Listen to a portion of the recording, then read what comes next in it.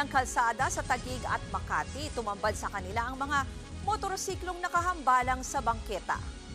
At live mula sa Taguig, nasa frontline ng balitang yan si Gerard de la Peña. Gerard, ano ba ang sitwasyon? Bakit nag-ikot dyan ang mga taga-MMDA?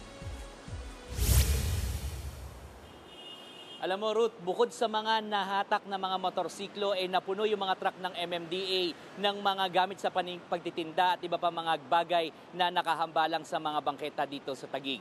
Sa kahabaan nga ng Kalayaan Avenue sa southbound lane ng service road ng C5 at sa bandang Chino Roces Avenue sa Taguig ang operations ng strike force ng MMDA ngayong araw. May mga natanggap daw kasi silang reklamo kaugnay sa mga obstruction sa kalsada na nagdudulot ng matinding traffic. Sa Kalayaan Avenue, dali-daling nagligpit ang mga nagtitinda sa talipapa dahil nasakop na rin nila ang bangketa. Sa bandang southbound lane ng C5, nasita ang isang vulcanizing shop dahil ginawa ng talyer ang bangketa. Ganon din sa Chino Roces kung saan nasita ang isang talyer na sinakop na rin ang bangketa. Ayon sa MMDA, importante ang mga kalsadang ito na napupuno rin ng sasakyan tuwing rush hour. Lagi naman daw nag-ooperate ang MMDA sa C5 pero sa bandang northbound lamang. Kaya nasanay ang mga nasa southbound na maglagay ng mga obstruction sa mga bangketa dahil bihira pumunta ang mga otoridad doon.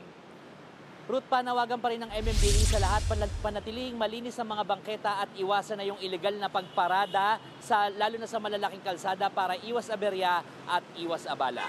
Ruth. Yan po ang Express Report ni Gerard de la Peña. Mga kapatid, ako po si Ruth Cabal. Maging maalam at may pakialam sa mga may init at rumaratsyadang balita sa Frontline Express. Para maging updated sa balitaan, mag-subscribe lang sa social media pages ng News 5.